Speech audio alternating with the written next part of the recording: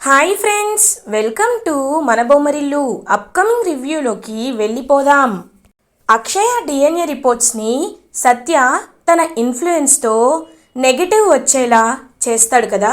సత్య డాక్టర్కి కాల్ చేసి, thank you doctor, నేను అడగగానే నాకు ఈ ఫేవర్ చేసినందుకు థ్యాంక్ యూ సో మచ్ అని చెప్పి డాక్టర్తో మాట్లాడి వెనక్కి తిరిగి చూడగానే అక్కడ సత్య వాళ్ళ అమ్మ ప్రభావతి ఉంటుంది. ఒక్కసారిగా సత్య షాక్ అయిపోతాడు. ప్రభావతి చాలా కోపంగా, ఎందుకు ఇలా చేశావు? అవని జీవితాన్ని ఎందుకు నాశనం చేస్తున్నావు? నువ్వు బాగుపడవు, ఖచ్చితంగా బాగుపడవు అని గట్టిగా తిడతారు ప్రభావతి. అమ్మా, నేను కావాలనే ఇలా చేశాను. ఎందుకంటే అవని నాకు కావాలి. వాళ్ళు అవనిని బాగా చూసుకోరు, నేను తన్ని పువ్వుల్లో పెట్టి చూసుకుంటాను.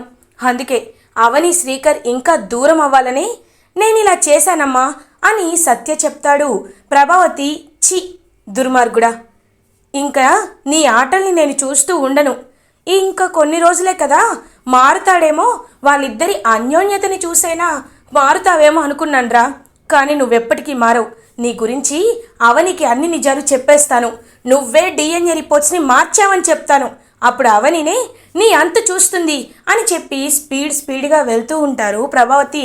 అమ్మా అని చెప్పి గట్టిగా తోసేస్తాడనమాట సత్య. పాపం ప్రభావతికి తలకి గుద్దుకొని ఇంకా బ్లడ్ వస్తూ ఉంటుంది. ఒక్కసారిగా సత్య వాళ్ళ అమ్మ దగ్గరికి వస్తాడు. అమ్మా అమ్మా అని ఎంత లేపాలని ట్రై చేసినా ఆవిడకి ఫుల్గా బ్లడ్ వస్తూ ఉంటుంది తలకి. ఇంకా వెంటనే హాస్పిటల్కి తీసుకువెళ్తాడు సత్య.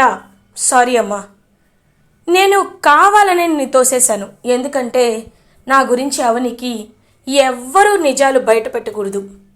నేనంతటా నేనే తనకి వెళ్ళి నిజం చెప్తాను, అది ఒక టైం చూసుకొని, ఇప్పుడు కాదు అని చెప్పి సత్య హాస్పిటల్లో ఉన్న ప్రభావతిని చూస్తూ మనసులో అనుకుంటాడు. ఇది ఇలా ఉండగా వేదవతి, శ్రీకర్, ప్రసాదరావు ఇంటికి రీచ్ అవుతారు. కృష్ణబాబు, నిహారిక, వసంత వీళ్ళందరూ ఇంకా వెయిట్ చేస్తూ ఉంటారు. ఏమైందమ్మా, డిఎన్ఏ రిపోర్ట్స్ గురించి చెప్పకుండా హడావిడిగా తీసుకువెళ్ళావు. ఇంతకీ అవని, అక్షయ ఎక్కడా? వాళ్ళు రాలేదేంటి అని అడుగుతారు వసంత. కృష్ణబాబు ఇంకప్పుడే చెప్తూ ఉంటుందన్నమాట వేదవతి, వాళ్ళు రారు. ఎందుకంటే అక్షయ ఈ ఇంటి వారసురాలు కాదు కాబట్టి, డిఎన్ఏ రిపోర్ట్స్ నెగిటివ్ వచ్చాయి కాబట్టి. ఇంకా మనం ఆలోచించాల్సింది ఏమీ లేదు. చూడు శ్రీకర్, ఆ అవనిని మర్చిపోవడానికి ప్రయత్నించు. అంతేకాని ఇంకా తప్పు చేసిన వాళ్ళని నువ్వు నెత్తిన పెట్టుకుంటాను అంటే నేను ఊరుకోను అని చెప్పి గట్టిగా వార్నింగ్ ఇచ్చి వేదవతి లోపలికి వెళ్ళిపోతుంది. ఇంకా కృష్ణబాబు అండ్ నిహారిక అయితే చాలా హ్యాపీగా ఫీల్ అవుతారు. అమ్మయ్య బంగారం, ఇప్పుడు నాకు ప్రశాంతంగా ఉంది. ఆ డిఎన్ఏ రిపోర్ట్స్ని మార్చిన మహానుభావుడు ఎవడో నాకు తెలియదు, కానీ చాలా మంచి పని చేశాడు. ఇంకా మనకి ఎలాంటి ప్రాబ్లం లేదు. పద అమ్మతో శౌర్య ముక్కు పుడక గురించి మాట్లాడదాం పద అని చెప్పి కృష్ణబాబు, నిహారిక వేదవతి దగ్గరికి వస్తారు. అమ్మా, ఎలాగో డిఎన్ఏ రిపోర్ట్స్ వచ్చేసాయి. ఏం జరిగిందో అర్థమైపోయింది. ఆ అవని మంచిది కాదని తేలిపోయింది. కాబట్టి ముక్కు పుడక ప్రధానోత్సవాన్ని జరిపిస్తానని చెప్పావు కదా, నువ్వే జరిపించాలి. శౌర్య పాపం ఆశగా ఎదురు చూస్తుంది అని అంటాడు కృష్ణబాబు. అవునత్తయ్య గారు, ఎన్నాళ్ళని పసిపాపని కూడా ఆశ పెడతాం. కాబట్టి ముక్కు పుడకకి అక్షయ అర్హురాలు కాదు కాబట్టి శౌర్యకిద్దాం అని అంటుంది నిహారిక. సరే, రేపే గురు పౌర్ణమి కదా, మంచి రోజు. కాబట్టి రేపే శౌర్యకి ముక్కు పుడకని ప్రదానం చేస్తాను అని చెప్పి వేదవతి అనగానే ఇంకా వేదవతి ఇంట్లో పెద్ద గాలి వస్తూ ఉంటుంది. అలా వేదవతి వాళ్ళందరూ డోర్ ఓపెన్ చేసి చూడగానే సిద్ధేశ్వర స్వామి నడుచుకుంటూ వస్తారు. ఒక్కసారిగా షాక్ అయిపోతారనమాట ఫ్యామిలీ మెంబర్స్ అందరూ. ఇంకా సిద్ధేశ్వర స్వామి అలా నడుచుకుంటూ వచ్చి వేదవతి వైపు చూస్తూ ఉంటారు. స్వామి, మీరు ఎప్పుడు వచ్చారు? మీ గురించి అడిగితే హిమాలయాల్లో ఉన్నారని చెప్పారు. అందుకే మేము మీ రాక కోసమే ఎదురు చూస్తున్నాం. రేపు నా మనవరాలు శౌర్యకి ముక్కు పుడక ప్రధానోత్సవం జరుగుతోంది, మీరు ఖచ్చితంగా ఉండాలి అని చెప్తారు వేదవతి అన్నపూర్ణమ్మ గదిలోకి వెళ్ళాలి అని చెప్పి ఇంకక్కడికి వెళ్తారనమాట సిద్ధేశ్వర స్వామి. వేదవతి ఇంకా అందరినీ వదిలేసి అన్నపూర్ణమ్మ రూమ్లోకి వెళ్తుంది. ఇంకా ఆ రూమ్ చూస్తూ ఉంటుందన్నమాట వేదవతి. అప్పుడే సిద్ధేశ్వర స్వామి, తప్పు చేస్తున్నావు వేదవతి, చాలా పెద్ద తప్పు చేస్తున్నావు. అవనిని, అక్షయని నీ సొంత వాళ్ళు కాదు, పరాయి వాళ్ళు అనుకుంటూ వాళ్ళపై వేసిన నిందలని నిజమని నమ్ముకుంటూ చాలా చాలా పెద్ద తప్పు చేస్తున్నావు అని అడుగుతారు సిద్ధేశ్వర స్వామి. ఒక్కసారిగా షాక్ అయిపోతారు వేదవతి. స్వామి, మీకు ఇవన్నీ అని అంటారు. నా దివ్య దృష్టితో జరిగిందంతా తెలుసుకున్నాను. అవని చాలా మంచి స్వభావరాలు. తను సాక్షాత్తు సీతాదేవి లాంటి స్వభావం. ఎందుకంటే అవని భూమిలో దొరికింది. అవని క్యారెక్టర్ని కానీ అవని వ్యక్తిత్వాన్ని కానీ ఎవ్వరు పేరు పెట్టడానికే ఉండదు వేదవతి. ఎందుకు నువ్వు అక్షయ పుట్టుకని ఇంతలా అనుమానిస్తున్నావు? ఎందుకు అనుమానిస్తున్నావు? నీకు పురాణాల్లో ఒకటి చెప్తాను, గుర్తుందో లేదో చెప్పు. పాండురాజు, కుంతీదేవి తెలుసు కదా? కుంతీదేవి పాండవులని ఎలా జన్మనిచ్చారు? సూర్యుడి హంసతో, యమధర్మరాజు హంసతో, అశ్విని దేవతల హంసతో, వాయుదేవుడి హంసతో ఎలా జన్మనిచ్చారు? వాళ్ళు అనుగ్రహం ఇవ్వడం వల్ల వాళ్ళ శక్తిని తను కడుపులో మోసి బిడ్డగా కన్నారు. అంతేకాని అప్పుడు పాండురాజు ఎప్పుడైనా తన పిల్లల్ని అనుమానించాడా? అవమానించాడా? నీచంగా చూశాడా? పురాణాల్లో లేనిది ఇక్కడ నువ్వు ఎందుకు చేస్తున్నావు వేదవతి? నీకు దివ్య దృష్టితో ఒక విషయాన్ని చూపిస్తాను, చూడు అని చెప్పి తన దివ్య దృష్టితో ఒకటి చూపిస్తూ ఉంటారు.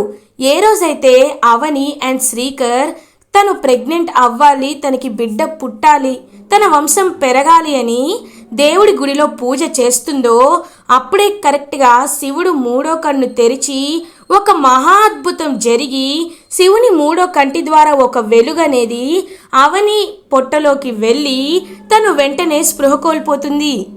అలా అవని ప్రెగ్నెంట్ అవ్వడం ఇదంతా తన దృష్టితో కళ్ళకి కట్టినట్టు వేదవతికి చూపిస్తారు సిద్ధేశ్వర స్వామి. ఒక్కసారిగా వేదవతి షాక్ అయిపోతుంది. ఇంకా వెంటనే అన్నపూర్ణ దేవి వైపు చూస్తూ, అమ్మ, నన్ను క్షమించమ్మా, నన్ను క్షమించు. నీ అంశతో, ఆ శివుని అనుగ్రహంతో నా కోడలు నిన్ను కన్నిందని, నిన్ను నవమాసాలు మోసిందని నేను తెలుసుకోలేకపోయాను, నన్ను క్షమించమ్మా అని చెప్పి అన్నపూర్ణాదేవి విగ్రహం ముందు మోకరిల్లుతారు వేదవతి. ఇప్పటికైనా నిజ నిజాలు తెలుసుకో వేదవతి. కేవలం కాగితాలని కాదు, మనుషుల మనసుల్ని నమ్ము. ఇవన్నీ రాక్షసులు చేసిన పని. కానీ ఒక ఊరికి పెద్దయిన నువ్వు, దేవతా అనుగ్రహంతో జన్మించిన నువ్వు కూడా ఒక సాటి ఆడదాని మనసుని అర్థం చేసుకోలేకపోయావనేదే నాకు చాలా బాధగా ఉంది. అందుకే నేనే వచ్చి నీకు నిజాన్ని చెప్పాను. ఇకపై అవనిని, అక్షయని బాధ పెట్టద్దు, అనుమానించద్దు, శంభో శంకర అని చెప్పి అక్కడి నుండి వెళ్ళిపోతారు సిద్ధేశ్వర స్వామి. వేదవతి కన్నీళ్లు తుడుచుకుంటూ బయటికి వస్తుంది. ప్రసాదరావు, కృష్ణబాబు వీళ్ళందరూ వేద ఏమైంది? స్వామి ఏం చెప్పారు అని అడుగుతారు ప్రసాదరావు. ఏవండి, రేపే ముక్కు పుడక ప్రధానోత్సవం జరుగుతుంది అని చెప్పి ఏమీ చెప్పకుండా అక్కడి నుండి వెళ్ళిపోతారు. అంటే సిద్ధేశ్వర స్వామి మనకు అనుకూలంగా చెప్పుంటాడు బంగారం. అందుకే అమ్మ కూడా ఏమీ అనలేదు. అమ్మయ్యా అని చెప్పి కృష్ణబాబు, నిహారిక చాలా హ్యాపీగా ఫీల్ అవుతారు. ఇది ఇలా ఉండగా సత్య అవనికి కాల్ చేస్తారు. హలో సత్య అని పాపం చాలా నీరసంగా అంటుంది. అవని అమ్మ అమ్మ అని నటన స్టార్ట్ చేస్తూ ఏడుస్తూ ఉంటాడు. ఏమైంది సత్య అని అడుగుతుంది. అమ్మ కాలు జారి కింద పడిపోయి తల నేలకి కొట్టుకుంది. అమ్మకి ట్రీట్మెంట్ జరుగుతోంది, నాకు భయంగా ఉంది అని చెప్తాడు. పాపం వెంటనే హుటాహుటిన హాస్పిటల్కి బయలుదేరుతుంది అవని. ఇంకా హాస్పిటల్కి వచ్చి ప్రభావతి వైపు చూస్తూ ఉంటుంది. డాక్టర్స్ అప్పుడే బయటికి వస్తారు.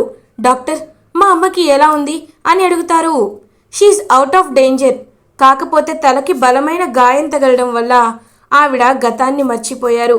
ఆవిడకి ఏమీ గుర్తులేదు. ఒక్కొక్కసారి తను మతిస్థిమితం లేనట్టు కూడా ప్రవర్తిస్తూ ఉంటారు. మీరే తన్ని జాగ్రత్తగా చూసుకోవాలి అని చెప్పి ఇంకా డాక్టర్ చెప్తారు. అలా వెళ్ళిపోతారనమాట డాక్టర్. ఇంకా పాపం వస్తుంది అవని ప్రభావతి దగ్గరికి. అయ్యో ఆంటీకి పాపం ఇలా ఎందుకు జరిగింది, దేవుడు ఎప్పుడు మంచి వాళ్ళకే కష్టాలను ఇస్తాడు అని చెప్పి పాపం చాలా బాధపడుతూ ఉంటుంది అవని సత్య ప్రభావతిని డిశ్చార్జ్ చేసి ఇంటికి తీసుకువస్తారు.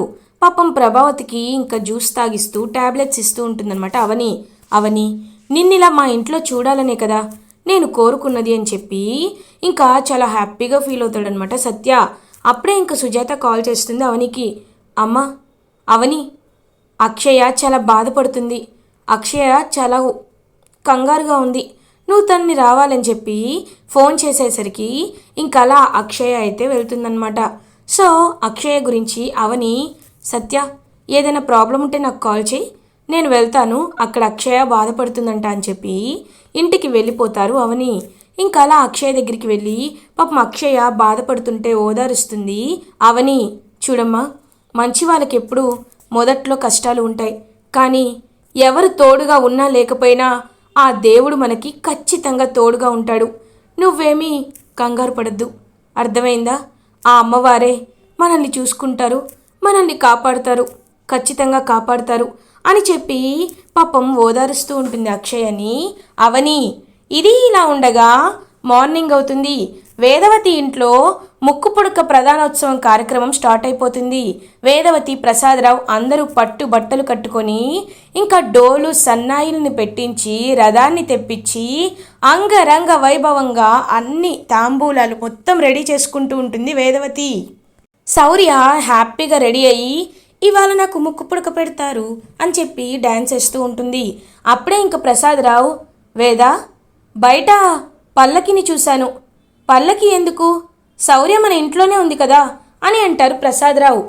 ముక్కు పుడక ప్రధానోత్సవం జరిగేది నా వారసురాలికి, నా మనవరాలకండి, నా మనవరాలు అక్షయ అని అంటారు వేదవతి. ఒక్కసారిగా ఫ్యామిలీ మెంబర్స్ అందరూ షాక్ అయిపోతారు. ఇంకా అలా చూస్తూ ఉంటారనమాట. అమ్మా ఏంటమ్మా నువ్వు మాట్లాడేది అని అంటాడు కృష్ణబాబు. అవును, సిద్ధేశ్వర స్వామి నాకు జరిగిందంతా చెప్పారు. అవనిని అనుమానించాను, అవమానించాను, కారణ జన్మురాలు పుట్టిందని కళ్ళు తెరుచుకోలేకపోయాను, కానీ ఇప్పుడు కళ్ళు తెరుచుకున్నాను. అందుకే నేనే అవనికి చేతులు పట్టుకొని క్షమాపణ చెప్పి నా మనవరాల్ని పల్లకిలో ఇంటికి తీసుకువచ్చి ముక్కు పుడక ప్రధానోత్సవం జరిపిస్తాను. ఏవండి రండి వెళ్దాం. అలా వేదవతి అండ్ ప్రసాదరావు పట్టు బట్టలతో, తాంబూలాలతో, డప్పుల మేళాలతో అక్షయ అవని వాళ్ళ ఇంటికి వెళ్తారు. పాపం అక్షయ బయటికి వచ్చి చూస్తుంది. అమ్మ అక్షయ అని చెప్పి వేదవతి అక్షయని హక్ చేసుకుంటుంది. ఒక్కసారిగా అవని షాక్ అయిపోతుంది. ఏం చేస్తున్నారండి, మళ్ళీ ఆశలు కల్పిస్తున్నారా అని అడుగుతుంది అవని. చూడవని, నా తప్పు నేను తెలుసుకున్నాను.